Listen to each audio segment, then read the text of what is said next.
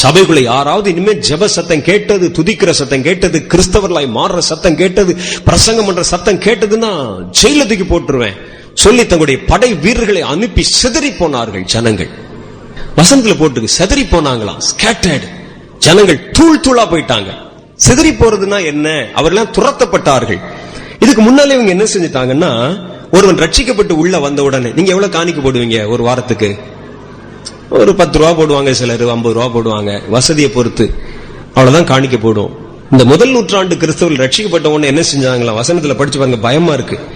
காணி ஆட்சிகளையும் ஆஸ்திகளையும் விற்று, அவன் உள்ள சர்ச்சுக்கு வந்த உடனே அடுத்த நாளே போய் பத்திரத்தெல்லாம் கொண்டு போய் கொடுத்து வித்துட்டு அந்த சொத்து எல்லாவற்றையும் கொண்டு வந்து சபையில யாருக்கு என்ன குறையுதோ அவனுக்கெல்லாம் அதை கொடுத்தாங்களாம். எல்லாரும் எல்லாவற்றையும் பொதுவாய் வைத்து அனுபவித்தார்கள்.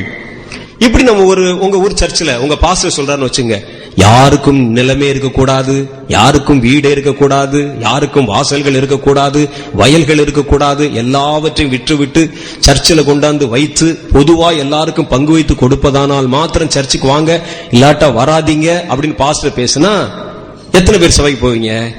போயா நீயும் சபையும்? ஆளப்பார், எங்க பாஸ்டர் நல்லா தாங்க இருந்தாரு முதல்ல, ஆனா இங்க சர்ச்சில் வந்து பேச ஆரம்பிச்சா பண ஆசை வெறி பிடிச்சு ஆடுறாரு அந்த ஆளு.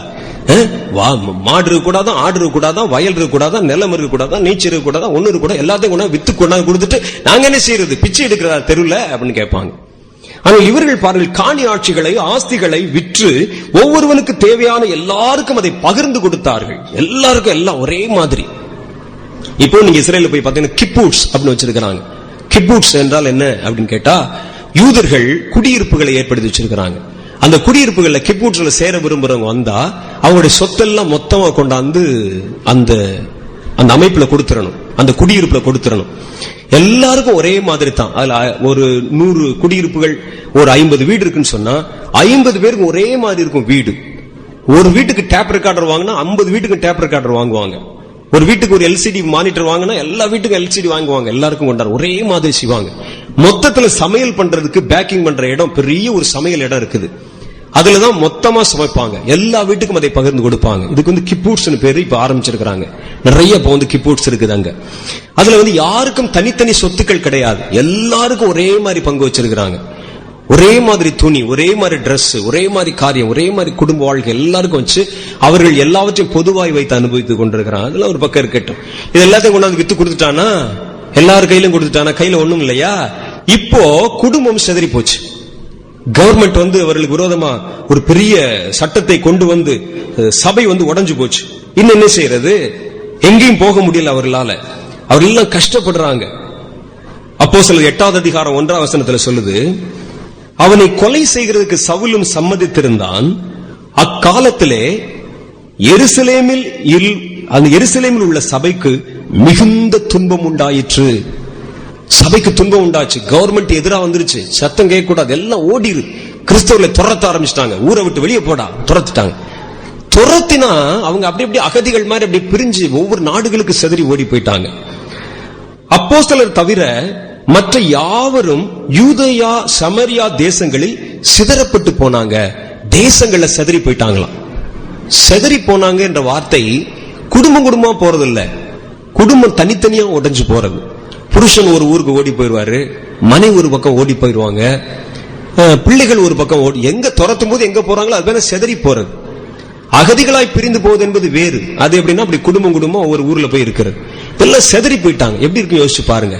அவங்க நினைச்சிருப்பாங்க, என்னடா அதுக்கு தேவனை ஏற்றுக்கொண்டு இயேசுவை ஏற்றுக்கொண்டதுனால இன்னைக்கு என் பிள்ளை எங்க இருக்குன்னு தெரியல, மனைவி எங்க இருக்கிறான்னு தெரியல, குழந்தை எங்க இருக்குன்னு தெரியல, குடும்பம் எல்லாம் செதறி போச்சு, கையில செலவுக்கு பணம் இல்ல, புது நாடு, அந்த நாட்டுல போய் இருக்கிறேன், இருந்தெல்லாம் வித்து கொடுத்துட்டேன், சர்ச்சுக்கு கொடுத்துட்டேன், எல்லாத்தையும் யார்ட்டையும் ஒண்ணு கேட்க முடியாது, கையில பைசா இல்ல, புது ஊருக்குள்ள வந்து ஓடி போயிருக்கிறேன். இப்படி போன உடனே மனசுல எப்படி இருக்கும் யோசிச்சு பாருங்க. வாழ்க்கையே இருண்டு போயிடும். அப்படியே இருந்து போய் அப்படியே புலம்ப ஆரம்பிச்சிரும். அந்த பாஸ்டர் அந்த ஆள் இந்த பேதுரு பேசினார்னு கேட்டு என் மனைவியா போய் சொன்னாங்க, கேட்கல. நாங்க பைனான்ஸ்ல போட்டிருந்தா கூட ஏதாவது வரும்னு நம்பிக்கை இருக்கு. சர்ச்சில் ஒன்றே போட்டு அந்த நம்பிக்கையும் போச்சு, எல்லாம் போச்சு. புலம்பிக்கிட்டே இருப்போம், பாக்குற இடத்தெல்லாம் புலம்பிட்டு இருப்போம். இவர்கள் என்ன செய்தார்கள் பாருங்கள், சிதறி போயிட்டாங்கல்ல. சிதறி போனவங்க என்ன செஞ்சாங்களா? தேவ பக்தி உள்ள மனுஷர் சிதறி போனவர்கள் எங்கும் திரிந்து, 4வது வசனம் சொல்லுது பாருங்க, சிதறி போனவர்கள் எங்கும் திரிந்து பிச்சை எடுத்தார்களா? எங்கும் திரிந்து சுவிசேஷத்தை பிரசங்கம் பண்ணினார்கள். அதுக்கு பேர் தான் வைராகியம். இன்னைக்கு ராத்திரி நான் எங்கே தூங்குவேன் என்று எனக்கு தெரியாது. அடுத்த வேளை என் வயிற்றை கழுவுவதற்கு எனக்கு சாப்பாடு எங்கிருந்து வரும் என்று எனக்கு தெரியாது. என் எதிர்காலம் என்னவாகும் என்று எனக்கு தெரியாது. நான் அதை குறித்து கவலைப்பட எனக்கு நேரமும் கிடையாது. எனக்கு ஒன்றே ஒன்று தெரியும், கிறிஸ்துவின் சுவிசேஷம் உலகமெல்லாம் பரவ வேண்டும் என்று. அது பேர் தான் வைராகியம். அப்படிப்பட்ட கிறிஸ்தவர்களை தான் இன்றைக்கு கர்த்தர் கடைசி காலங்களை தேடுகிறார். இன்னைக்கு அதை விட்டுட்டு சர்ச்சுக்கு போனா எனக்கு என்னங்க கிடைக்கும்? தலைவலி சுகமாகுமா? காய்ச்சல் குணமாகுமா? பிள்ளைகளுக்கு வேலை கிடைக்குமா?